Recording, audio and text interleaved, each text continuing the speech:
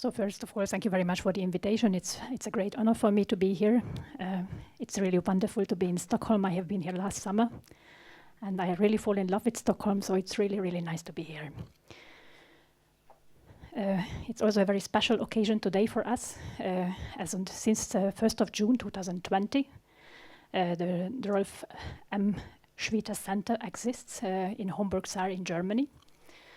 So this is a small unit which is dedicated to congenital aniridia and limbal stem cell research. So it's just today exactly since 4 years that we exist. So we are very proud and we are very thankful that we can exist.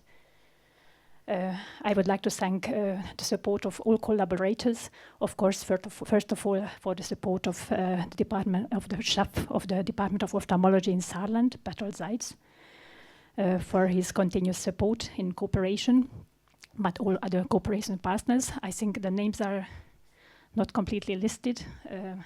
I could not do it for all, but thank you very much.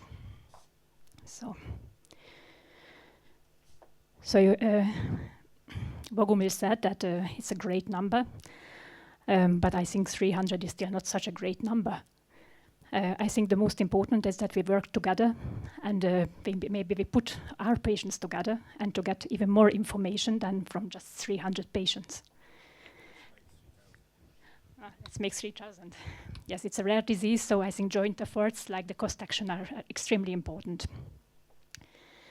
So I just brought the clinical signs of congenital aniridia again, but I do not want to repeat everything. Nevertheless, I will get through some clinical research which we had the chance to perform regarding the cornea, regarding the lens, the glaucoma, the optic nerve had a little bit less, so maybe regarding glaucoma and the retina. I think you all know this publication that PAC6 a very important role in prenatal life has. It is very highly expressed when the lens vesicle and the corneal epithelium is formed. So when it is not sufficient prenatally, of course it can result in maldevelopment. This is the same for the ciliary body and the iris. Lorenz Latta also described the postnatal expression in this publication of PAC6. You know that in the meibomian gland, in the lacrimal gland, ciliary body, conjunctival, corneal epithelium, and 2 layers of the retina, so ganglion cell layer and inner nuclear layer, we also have PAC6 expression. So it's logical. In case of a haploinsufficiency, there is a difference in different, so it's different in different structures of the eye, how everything works. So for the studies which we went through, we used the Legally grading, the one published in 2020, from grade 1 to 4.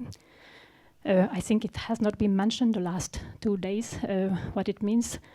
But just, yes, for the grade 1, less than 1 millimeter, conjunctival vessels over the limbus. For grade 2 to 3 millimeters, but not reaching the corneal center.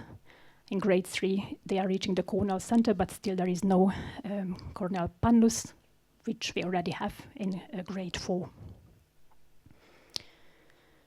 We also made some systematic grouping of, so for some images of the patients from the iris hypoplasia. We may just have slight changes of the pigment epithelium at the pupillary margin. So for example, Dominic, this is a patient with macular hypoplasia. It's really flat. So it can really happen that there is no iris hypoplasia in a more advanced means, but there are still some stages of retina. So we may have an atypical coloboma like in grade 1, more than 6 hours of iris remnants in grade 2, less than 6 hours of iris remnants in grade 3, and complete aniridia in grade 4. So this grading is made with the slit lamp and not with gonioscopy. You know that there can be different kinds of cataracts, cortical cataracts. A typical form of cataract is a cataracta polaris anterior. And in some cases, we have a subluxated lens dislocation and zonular insufficiency. So, and we heard a lot already about optic nerve head anomalies, and of course glaucoma, which is again changing the morphology of the optic nerve head. and the structural changes of the macula. So the first 556 eyes come from the Humboldt Aniridia Center. Professor Käsmann-Kellner has been working with these patients over many, many decades. Now she retired, but the work is going on with Dr. Fries, Professor Seitz. Here on this graph you see the age of the patients at the first examination time point when they came to the center. And we are very thankful for the strong cooperation which we have and that we can analyze. Maybe it's better when it's a little bit further, the data of these patients. Fabian already showed this slide. You see that most patients at first examination time point had a stage 1 keratopathy. And most of them complete aniridia, cataract, about 55% secondary glaucoma, and 71% macular hyperplasia. And another cohort which we are involved in is elaborated through Dr. Maka at the Semmelweis University in Budapest. These are just 65 eyes. Here we have very similarly, so here is grade 4 keratopathy, interestingly, more common. Complete aniridia is here again the most common. Most of them had cataract. Macular hyperplasia, percentage is very low, but this is just due to the keratopathy. We just couldn't see the macula. And we also had optic nerve head pathology in 2 eyes. So this is the best corrected visual acuity of the patients in the Humboldt Center. So using the Snellen chart between 0.1 and 0.2, uncorrected and corrected. I brought you some images from the keratopathy with a less advanced and a more advanced stage, even the last one after penetrating keratoplasty, and some different kinds of iris hyperplasia. I would be happy to call your attention to the one on the right upper side with an atypical coloboma, which is interestingly also a PAX6 mutation. Some kinds of cataracts, polaris anterior cortical cataracts, and these patients, of course, may also get an early nuclear cataract earlier than other patients during life. And you also see some examples of zonular insufficiency. So we were very happy to participate in the COST action, where a questionnaire has been developed for congenital aniridia patients. We added to this questionnaire some quality of life questions. And in addition, the work of Samira Hoxha was to see whether the clinical findings are correlated with the quality of life of the patients. So first of all, you see that under the age of 18, most patients said that they had very good to good quality of life. Above 18, some more had said that it's satisfactory. The most common complaints were light sensitivity and dry eye. When we see how the quality of life depending on the keratopathy grade was, you see that, for example, for grade 3 keratopathy, most patients said that they had a satisfactory quality of life. We also collected the different kind of surgeries, or whether the patients had keratopathy, which kind of keratopathy, cataract, glaucoma, and corneal surgery, cataract surgery, or glaucoma surgery, and we wanted to know whether this had an effect on their quality of life. So Samira found that children self-reported a higher life satisfaction compared to adults, that the type of genetic mutation, visual acuity, use of eye drops, and total number of surgeries had no significant correlation to the quality of their life. Nevertheless, patients with a more advanced keratopathy described a lower quality of life, and also those who had earlier cataract surgery during life. Nevertheless, the existence of glaucoma, history of glaucoma surgery, and the age at which the surgery has been performed had no significant correlation with the self-assessed quality of life. We also performed some corneal examinations using in vivo scanning confocal microscopy. This was a smaller cohort of 35 eyes. You see that 6 eyes, so about 20% was in grade 0 keratopathy. So these were all genetically PAX6 mutation patients. So this is not just a congenital aniridia cohort without any background information. But most of the patients who could be analyzed were in grade 1 and grade 2. Of course, in grade C, as the cornea is getting opaque, it's not anymore so easy to perform this examination. We found that the corneal nerve fiber density, nerve fiber length, branch density was significantly decreased in congenital aniridia subjects compared to controls. Interestingly, Langerhans cell density was also higher in aniridia patients, but the keratocyte density was lower. In addition, we find some morphological alterations in these patients, in congenital aniridia patients with confluent keratocytes, keratocytes with long extensions, and also stromal microdots, which were also present in controls, but only in the anterior stroma, not in the middle and posterior stroma. Here you see some images to the dendritic cells. Anita was working with this study. We see that with a more advanced grade of keratopathy, we have more dendritic cells, or Langerhans cells, and that they are getting more mature. In grade 3 keratopathy, there was only 1 patient who could be included. The number of Langerhans cells was a bit less, so we suggest that it's getting less. Nevertheless, we didn't have repeat measurements to verify this. So here you see an image of confluent keratocytes on BA, on image A.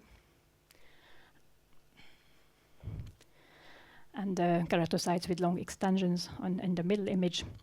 And the stromal microdots on image C. We were also very curious what happens to the corneal endothelium. I think most of you probably know that we may observe some whitish formations at the level of the corneal endothelium. Here you see an example with a control and a congenital aniridia eye. Evaluating the data, it was very interesting for us to see that mean cell density, mean cell area tended to be significantly better. So the number was higher, the cell area lower than in controls. Nevertheless, this was not significantly different. But mean cell diameter was significantly lower in congenital aniridia eyes than in controls. Of course, we only had corneal endothelial deposits in the congenital aniridia eyes.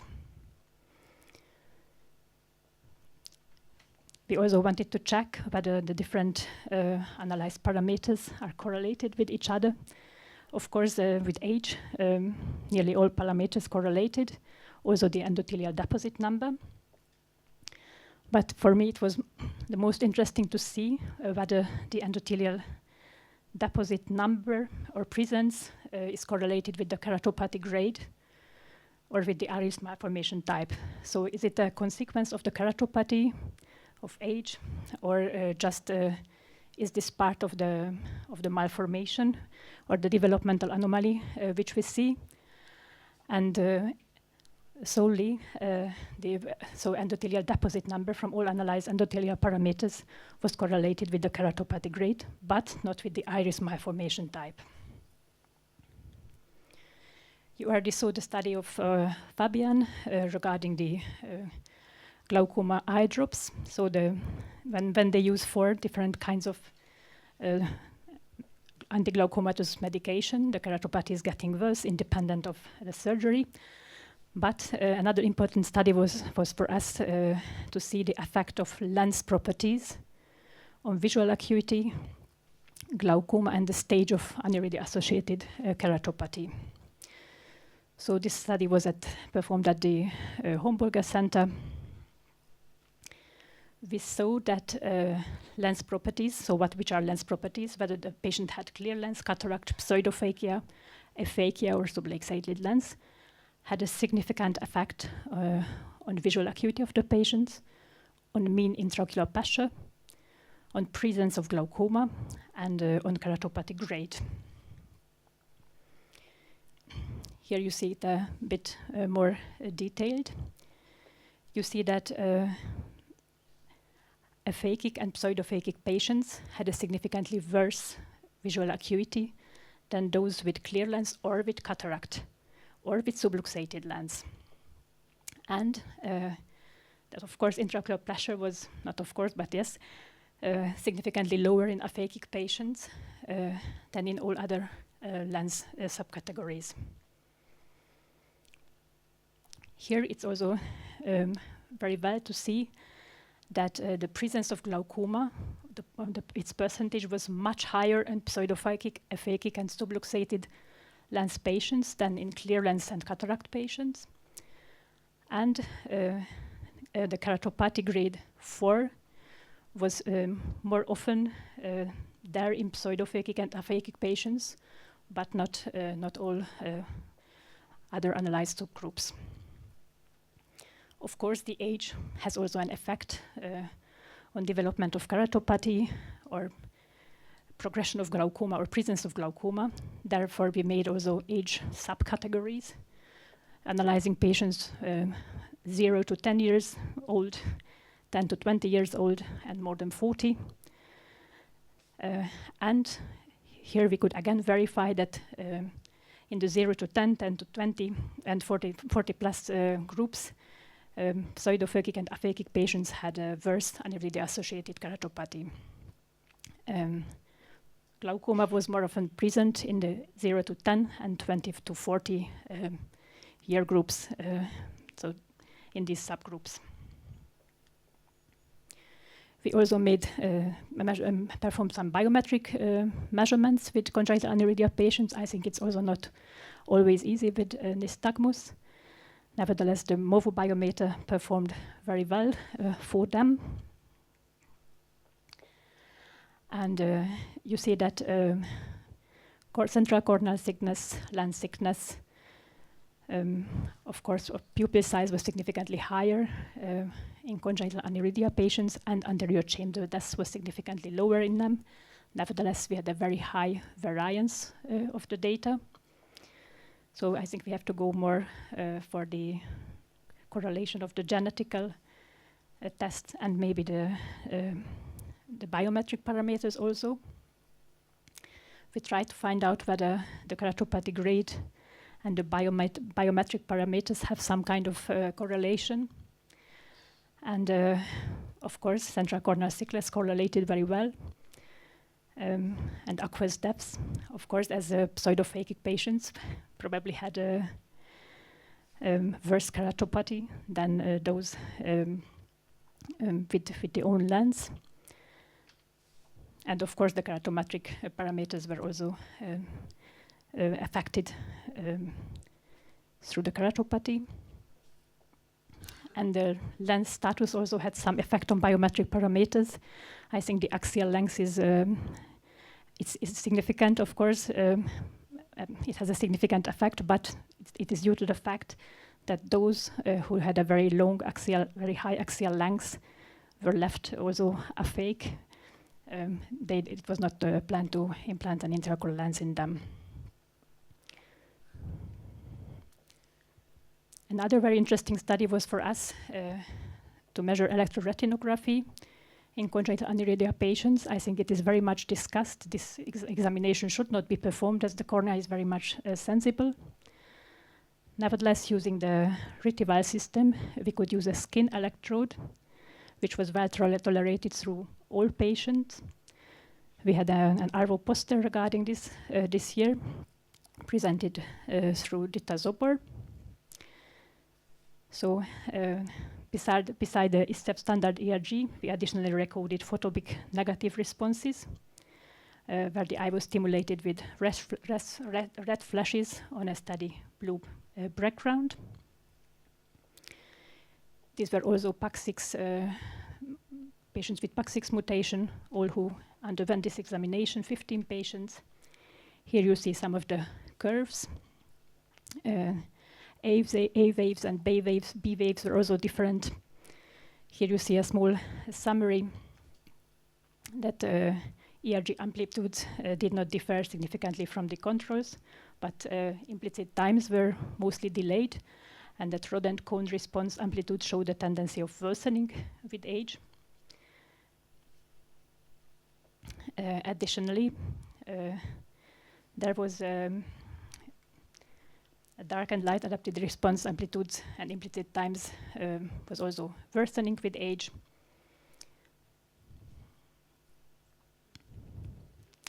And I would like to come to my conclusions. So although congenital aniridia is associated with reduced visual acuity, the majority of the affected people, especially in childhood, manage to cope with personal communication and various life situations independently and without difficulty, as well as having a satisfactory quality of life. Most probably, the aniridia-associated keratopathy and early cataract surgery have a very important effect on their quality of life. So this should be also respected through the surgeons when they plan probably cataract surgery. The subbasal nerve plexus alterations were referred to the congenital aniridia-associated neuropathy, and decreased keratocyte density, increased Langerhans cell density, and worsening of Langerhans cell morphology in keratopathy indicate an ongoing inflammatory process in congenital aniridia, which may get better probably in stage 3 and 4 keratopathy. The corneal endothelium might possess a slightly better quality and greater preserved than in healthy subjects. Nevertheless, we have to know, we have to get more information on properties of the corneal endothelial cells. And the corneal endothelial deposits seems to be independent from the developmental abnormality, but may be related to up-to-date undescribed endothelial inflammatory or metabolic changes. As Fabian said, at the Humboldt Center, patients using topical anti-glaucomatous quadruple therapy or who had previously undergone anti-glaucomatous surgery had the highest keratopathy grade. So we have to take this into consideration. In congenital aniridia, previous cataract surgery may be associated with presence of glaucoma and progression of the keratopathy. Our data argue against early cataract surgery in congenital aniridia subjects. In congenital aniridia, the axial length, central corneal thickness, lens thickness, and keratometry are greater, and the anterior chamber depth is smaller than in normal subjects. These have to be taken into consideration in case of corneal or lens surgery. Maybe also when we perform cataract surgery and the keratopathy worsens. Both photoreceptor-related functions and postreceptoral signal transmitting are affected in PAX6-related aniridia, and suggest that retinal changes extend beyond the central macula, and Retiva could be a useful screening device to obtain retinal function and disease progression in aniridia, also with regard to an increased risk for glaucoma. These ERG recordings are also well tolerated through the patients by using sensor strip screen electrodes instead of corneal electrodes. And we hope that our registry will allow for the further analysis of congenital aniridia patients in the long term. We would like to thank the support of all organizations. So we could not exist without the support of the Schwiete Foundation, but we were very happy in the last 4 years to get support from other sources also. And I would like to bring you our best regards from Hamburg, from our small team. Thank you very much for your attention.